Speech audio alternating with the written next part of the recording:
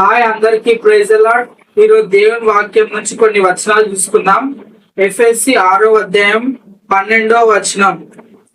ఏలే అనగా మనం పోరాడినది శరీరులతో కాదు గాని ప్రధానులతోనూ అధికారులతోనూ ప్రస్తుత అంధకార సంబంధులకు లోకనాథులతోనూ ఆకాశ మండలమందున్న దురాత్మల సమూహంతోనూ పోరాడుచున్నాం. అంటే మనము పోరాడుచున్నది మనుషులతోటి కాదు, మనుషుల లోపల ఉన్న సైతాన్లతోటి మనం పోరాడుచున్నాం.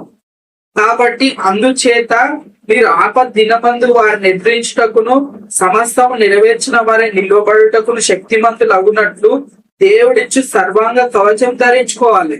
ఆపద దినం అందరికి ఒకటే రోజు రాదు, ఒక్కొక్కరికి ఒక్కొక్క ఆపద దినం వస్తుంది. ఆపద దినం మనం ఎదుర్కోవాలంటే దేవుడిచ్చు సర్వాంగం ధరించుకోవాలి.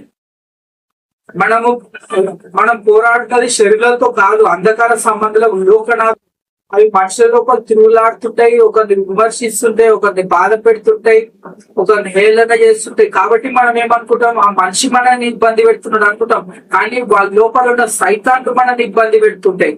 కాబట్టి ఆపద దినం వాళ్ళు ఎదిరించుటకు దేవుడిచ్చు సర్వాంగ కవచం ధరించుకోవాలి.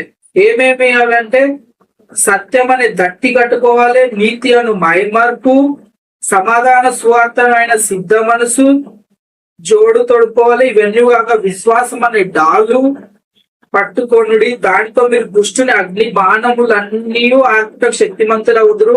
మరియు రక్షణ శిరస్త్రాణమును దేవుని వాక్యం అనే ఆత్మ ఖడ్గము ధరించుకొనుడి.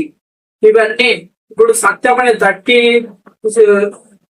ఇప్పుడు మనం ఒక యుద్ధానికి వెళ్తుంటాం, పైన హెల్మెట్ మొత్తం షీల్డ్ అంతా ఉంటది.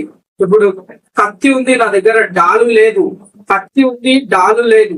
ఇప్పుడు నేను ఎంతసేపు అని గొడవ పడుతుంటా, బాణంలు వచ్చి తగులుతాయి. కాబట్టి కత్తి కావాలి, డాలు కావాలి. ఇప్పుడు డాలు ఉంది, కత్తి లేదు, ఎంతసేపు అని మనం ఆర్పుతాం. యుద్ధం చేయడానికి వెళ్ళాలంటే కత్తి కావాలి, లేకపోతే మనం చచ్చిపోతాం. కాబట్టి దేవుడిచ్చి సర్వాంగ కవచం మొత్తం శరీరం మొత్తం కప్పుకోవాలి దేవుడిచ్చింది. ఆమేన్. ప్రైజ్ ది లార్డ్ అందరికీ.